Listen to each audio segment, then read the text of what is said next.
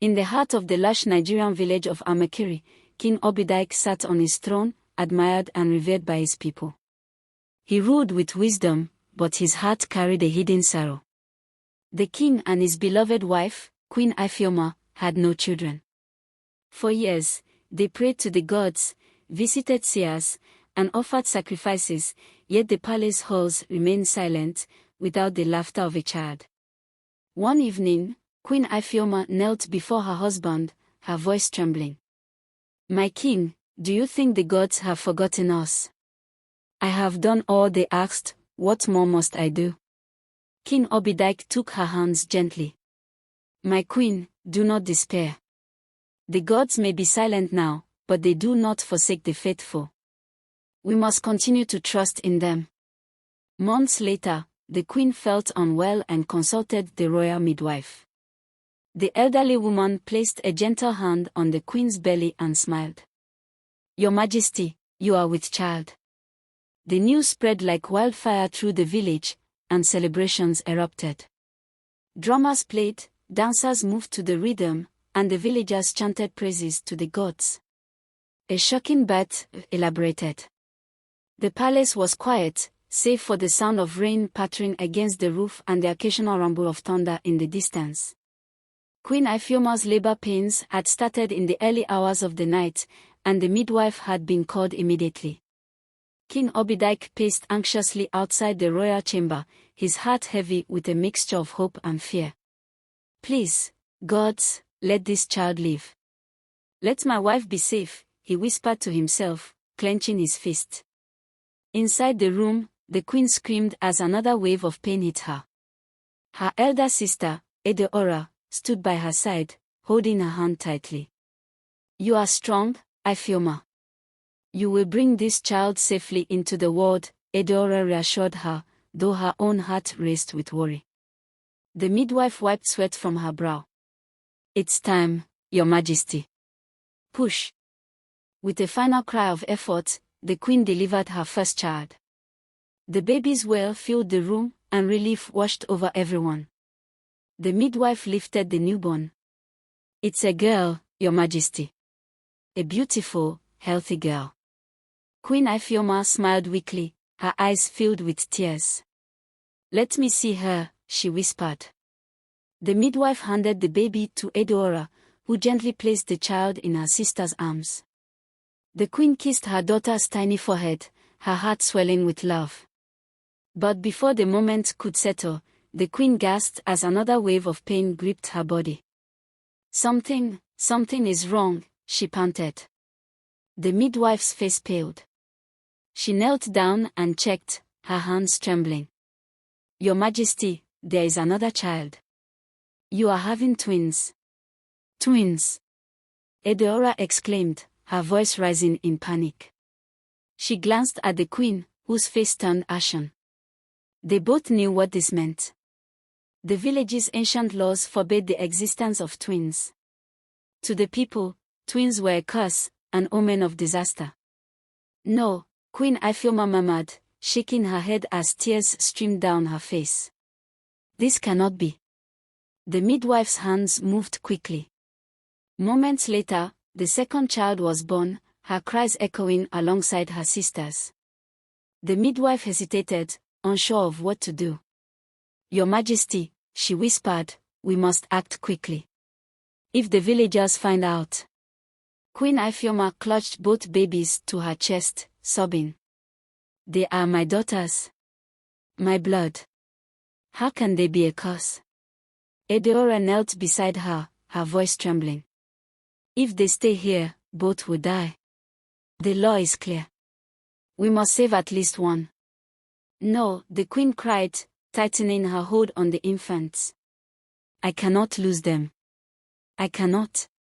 "You have no choice," Edeora interrupted, her voice firm. She gently pried one of the babies from her sister's arms. "Trust me, Ifeoma. I will do this for you, for them. One will live and come back to you one day." Queen Ifeoma sobbed uncontrollably, too weak to resist. Edeora wrapped the baby in a soft blanket, her hands shaking as she whispered, "I will protect her." She kissed the queen's forehead and slipped out of the room. The rain had eased, and the world outside was eerily quiet. Edeora hurried through the darkened village, the baby cradled in her arms. She reached the riverbank, her heart pounding as she placed the child in a woven basket lined with soft cloth. "I am so sorry, little one," she whispered, tears streaming down her face. "May the gods protect you and lead you to safety." She pushed the basket gently into the water and watched as it floated away, carried by the current.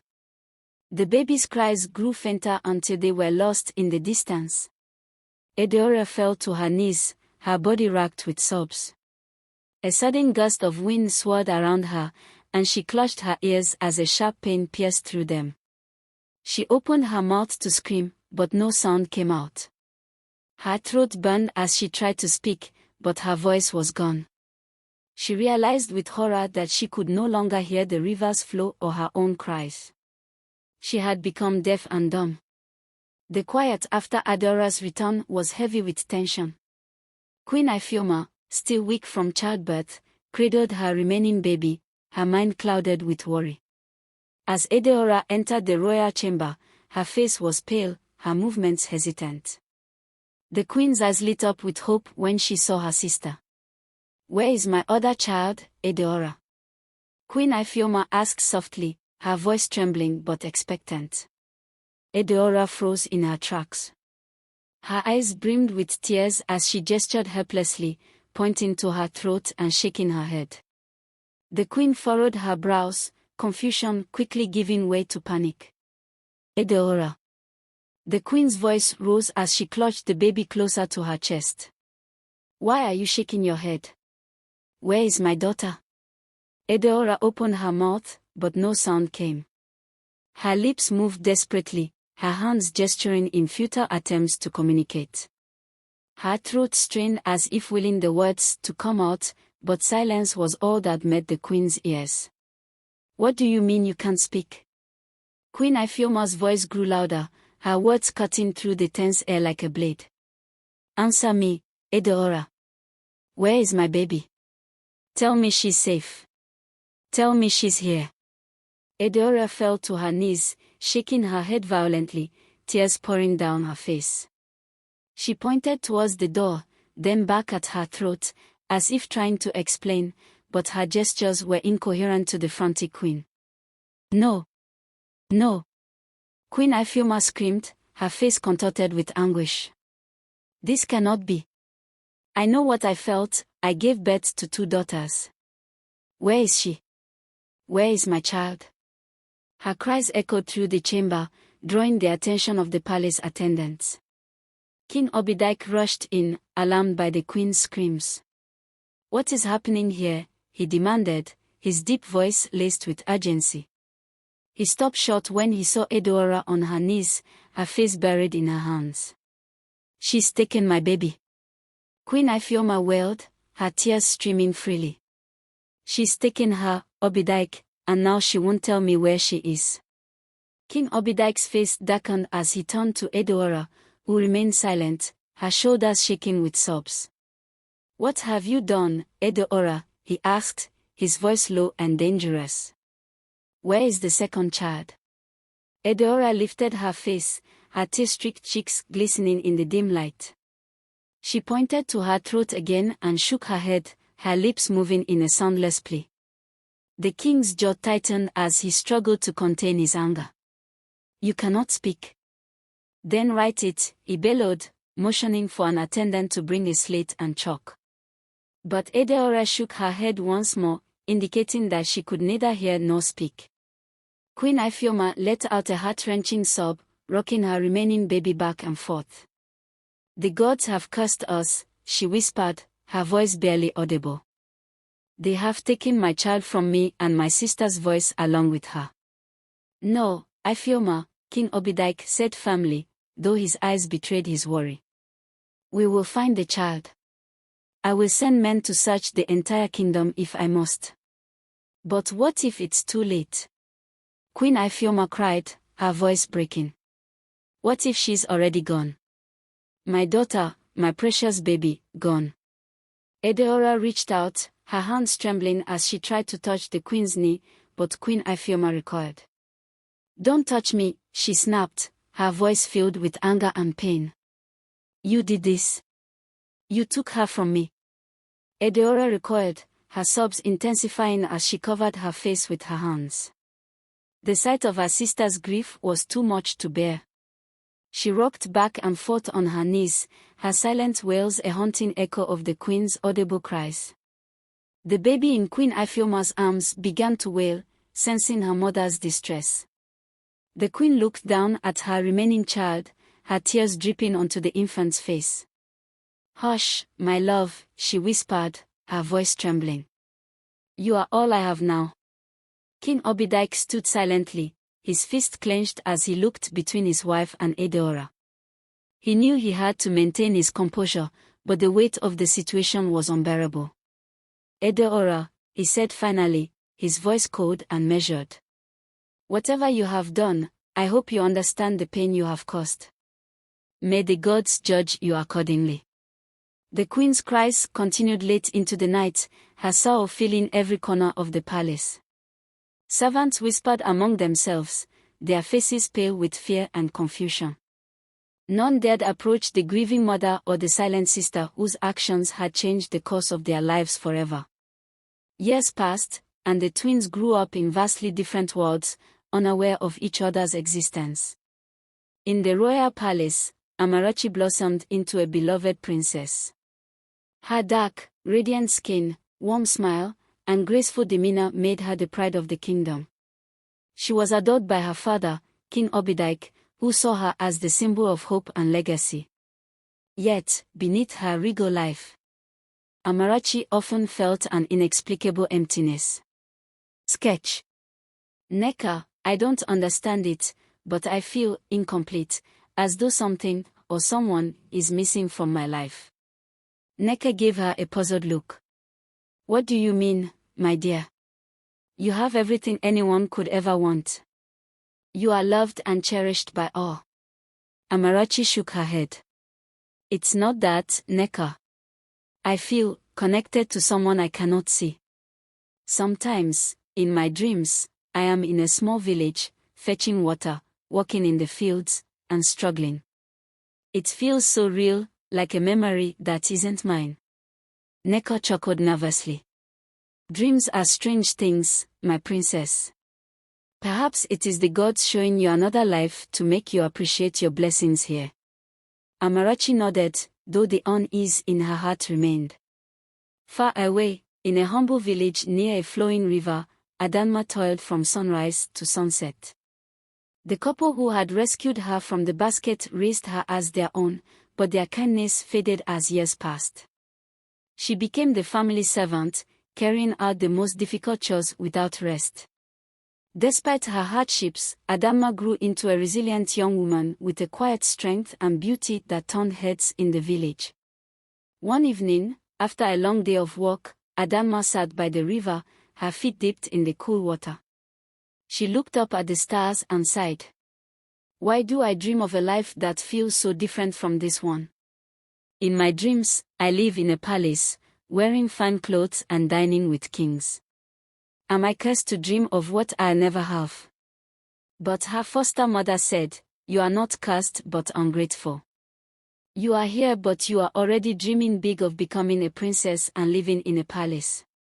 Stand up from there and go and cook what I ask you to cook. Though separated by distance and circumstances, the twins shared an invisible bond that neither could explain. Whenever Adanma's foster mother punished her, making her carry heavy firewood or clean the entire house, Amarachi would wake up in her soft bed clutching her chest, gasping in pain. One evening, as Amarachi dined with her parents, she suddenly winced, dropping her spoon. "Oh," she exclaimed, clutching her shoulder. "What's wrong, my daughter?" Queen Ifeoma asked, her voice laced with concern. I don't know," Amarachi replied, rubbing her shoulder. "It feels like I've been carrying something heavy all day, yet I haven't." The queen and king exchanged worried glances. "Perhaps you should rest," King Obidike suggested. The weight of your lessons and royal duties may be tiring you. Amarachi nodded, though deep down, she wondered if the pain was connected to her recurring dreams of a struggling village girl. Meanwhile, Adamma would sometimes wake in the middle of the night with tears streaming down her face. "Why am I crying?" she would whisper to herself, clutching her chest as though mourning a loss she could not name. The dreams of palaces and grand feasts always left her feeling both hopeful and hollow. Their lives continued like this for years, two halves of the same soul longing for completion. While Amarachi enjoyed the privileges of royal life, her heart often felt burdened with emotions she could not explain. Adamma, though trapped in a life of servitude, carried a grace and inner strength that set her apart from others in her village. It was as though the gods had tied an invisible thread between them, pulling them closer with every shared dream, every unexplained pain, and every moment of longing. The bond between the twins was unbreakable, even though neither knew the other existed. Unbeknownst to them, fate was already at work, setting the stage for their destined reunion by the river that had once carried them apart. It was a sunny morning, and the village stream sparkled under the warm glow of the sun. The air was filled with the sound of women chatting, children laughing, and the gentle flow of water as pots were dipped into the stream. Amarachi, the princess, had insisted on visiting the stream with her entourage to experience what life outside the palace felt like. "Princess, why not allow the servants to fetch the water?" her nursemaid, Neka, asked as they walked along the forested path. "I want to see the world beyond the palace walls," Amarachi replied, a determined look in her eyes. "I keep dreaming of this place as if it holds answers to questions I don't even know how to ask." As they approached the stream, the villagers stopped and stared, bowing respectfully.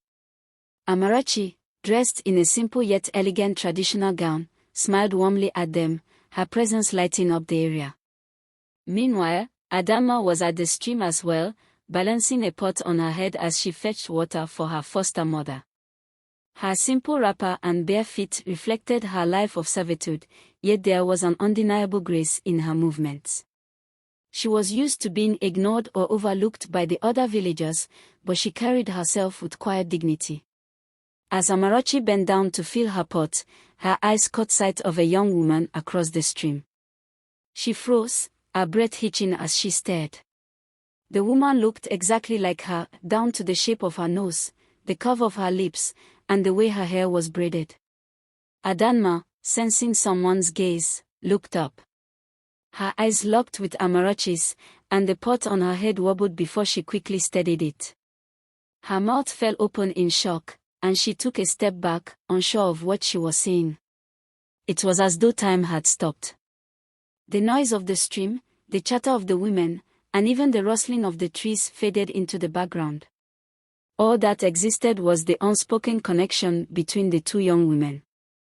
Amarachi broke the silence first. "Who are you?" she whispered, her voice trembling. She stepped closer, leaving her entourage behind. Adamma placed her pot on the ground, her heart racing.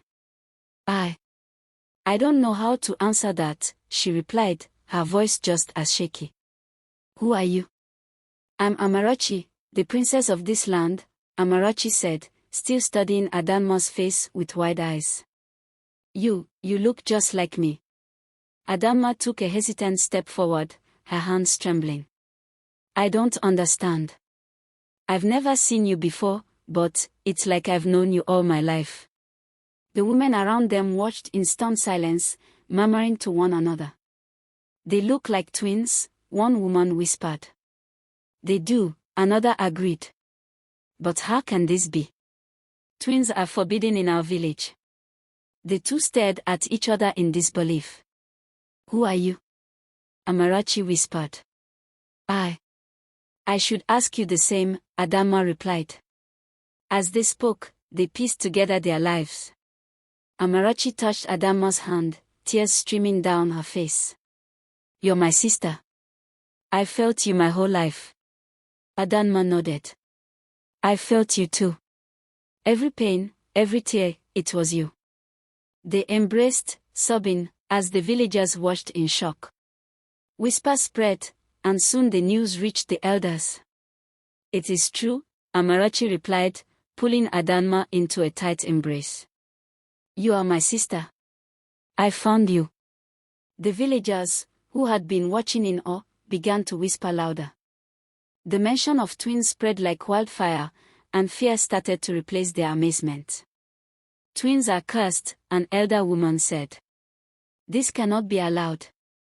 If the gods see us harboring twins, they will punish the entire village." A man shouted, "We must report this to the council. They must decide what to do." Hearing the rising panic, Amarachi turned to the crowd. "Please," she said, holding up her hands. "Do not harm her. She is my sister, and she is not cursed." Adanma stood beside her, her head held high despite the fear coursing through her veins. "We are not a curse," she said, her voice steady. "The gods brought us together for a reason." But the crowd grew restless, and a few men stepped forward with threatening looks. "The law is the law," one of them said. "Twins cannot live among us." As the crowd advanced, Amarachi and Adanma held onto each other, their hearts pounding. They had only just found each other, and now it seemed as though fate was about to tear them apart again. Suddenly, the sky darkened, and a strong wind blew through the area. Thunder rumbled, and a bright light appeared above the stream. The villagers fell to their knees, trembling with fear. A booming voice echoed through the air, silencing everyone. "Enough," the voice said. "These twins are not a curse but a blessing. Your hatred and ignorance have angered the gods. From this day forward, twins shall no longer be condemned. They are a gift, and their bond is sacred." The villagers, still kneeling, cried out for forgiveness. The light faded, and the sky cleared, leaving everyone in stunned silence. Amarachi and Adanma, still holding each other, looked up with tear-streaked faces, their hearts filled with gratitude. The reunion of the twins was not only a personal victory but a turning point for the entire village. Their bond had transcended time, distance, and fear, proving that love and connection could overcome even the deepest prejudice. As the villagers surged forward, their voices rising in anger and fear, the atmosphere grew tense. Amarachi and Adanma stood back to back, their hands clasped tightly together. Though they had only just found each other, the bond between them was unshakable. The crowd's cries of "Twins are a curse," and "They must be dealt with," rang through the air, echoing across the stream. Amarachi's voice broke through the chaos. "Stop. These are lies passed down by fear. We are not cursed." Her voice trembled, but her resolve was strong. "If the gods truly see us as a curse, then let them strike us down now." Adanma added, her tone firm, "We've done no harm. If the gods will it, let them speak for themselves." The moment those words left her lips, the sky began to shift. Clouds rolled in from every direction, covering the sun and plunging the area into an eerie twilight. The wind picked up, whipping through the trees and chilling the villagers to the bone. Thunder rumbled deeply, shaking the ground beneath their feet. The villagers froze, their eyes wide with terror. "The gods are angry," someone shouted, falling to their knees. Others quickly followed, their fear palpable. A bright light suddenly pierced through the darkened sky, descending upon the stream. The light grew brighter, almost blinding, as a booming voice echoed through the air. "Silence," the voice commanded, reverberating like thunder. The villagers clutched their heads, their cries of fear turning to murmurs of awe. "You have allowed ignorance and fear to poison your hearts. These twins are not a curse but a blessing, sent to teach you the folly of your ways." The voice continued, its tone both stern and compassionate. "For generations, you have condemned what you did not understand. You have turned love into fear and family into shame. Today, this ends. From this moment forward, twins shall no longer be condemned in this land. They are a gift, and their bond is sacred. The bright light pulsed, bathing Amarachi and Adanma in its glow. The twins felt a warmth spread through their bodies, as if the gods themselves were embracing them. The light then faded, leaving behind a stillness that seemed to stretch across time. The villagers, still kneeling, began to weep. "Forgive us, O gods," one elder cried, his voice breaking. "We have sinned against your will." The voice did not respond, but the message was clear. The crowd dispersed slowly, their hearts heavy with guilt and awe. The elders approached Amarachi and Adanma, bowing deeply. "We are sorry," one of them said, his voice trembling. "We were wrong to judge you. Please, forgive us." The news of the divine intervention spread quickly, and the village entered a new chapter in its history.